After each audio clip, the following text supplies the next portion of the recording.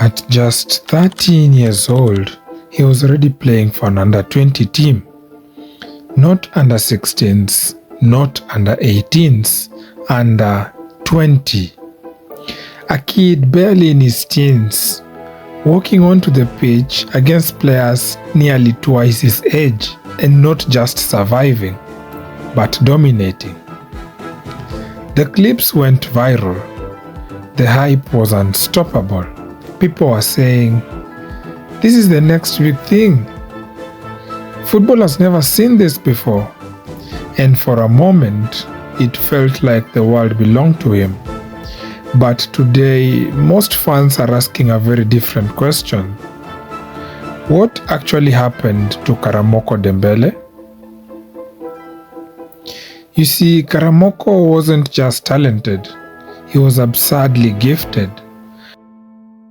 Born in London and raised in Scotland, he joined Celtic's academy at a very young age.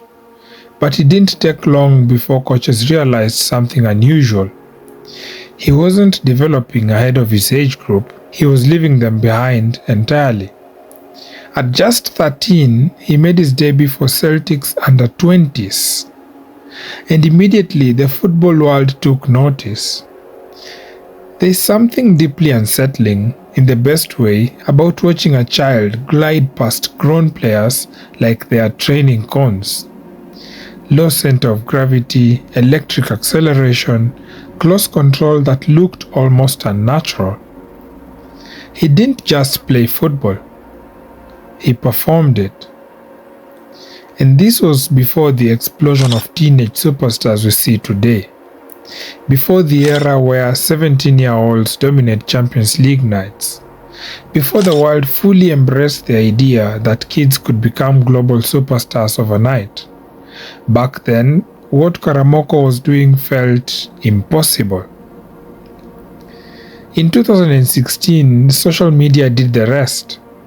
Clips of him destroying defenders spread everywhere. YouTube, Twitter, Instagram, millions of views. People compared him to the greatest dribblers the game had ever seen. There was a sense that football had found its next phenomenon. And when he made his senior debut for Celtic at just 16 years old, it felt like the script was writing itself. This was it, the next chapter in football's story. A generational talent about to explode onto the biggest stage. But here's the thing about hype. It doesn't really wait for reality to catch up. Football history is filled with prodigies. C'est du niveau de Messi, sans faire de langue de bois. But not all prodigies become superstars. And one of the biggest reasons, they arrive too early. When you dominate at 13, expectations don't grow gradually, they skyrocket. Suddenly, you're not just a talented kid anymore. You're a future Ballon d'Or contender. You're the next big thing. You're supposed to skip steps. But football really doesn't work like that. Because physical development matters. Tactical and mental maturity matters. Consistency matters. And when Karamoko started transitioning into senior football, things changed. The defenders were stronger, the space was tighter, and the time on the ball disappeared. The magic was still there, but it wasn't overwhelming anymore. And that's when reality began to set in. Despite all the hype, the first team opportunities at Celtic were limited. He showed flashes, moments of brilliance, but never quite cemented himself as a regular starter. Part of it was competition, part of it was physicality, part of it was timing, because development isn't linear. And for Karamoko, it felt like the world expected him to already be the finished product before he'd even fully grown. And so he left Celtic in 2022 after 9 years with the club, searching for something every young talent eventually needs: a reset.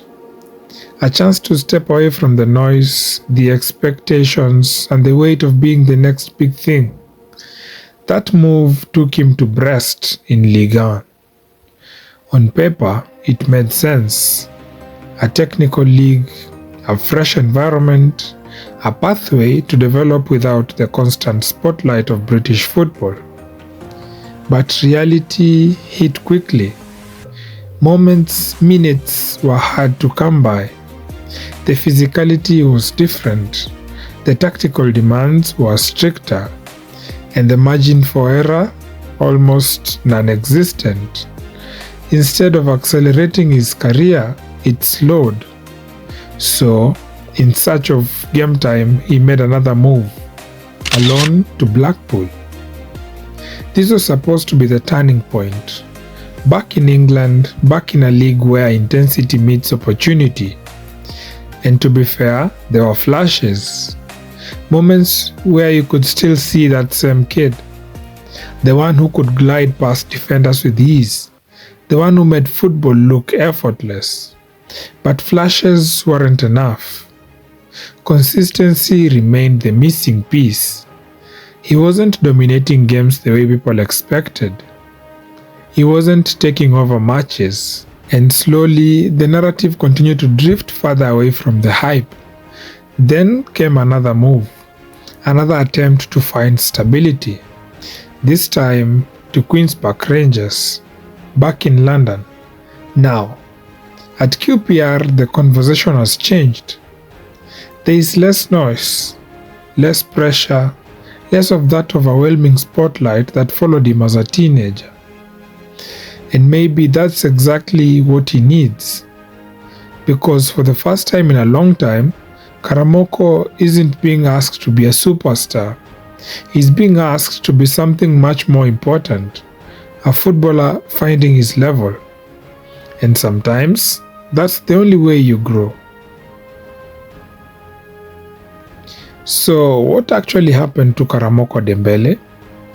The truth is, nothing went wrong in the way people think. He didn't suddenly lose his talent. He didn't fail. He simply faced something most prodigies face: the gap between potential and reality. Being exceptional at 13 doesn't guarantee dominance at 23. Because football isn't just about talent. It's about timing, opportunity, physical growth, mental resilience, and consistency over years, not moments.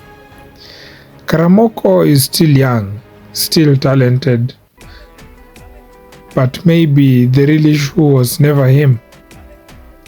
Maybe it was the expectations placed on a child before he had even had the chance to grow. Because in football, we love discovering the next superstar, but we rarely ask what happens if they are just human.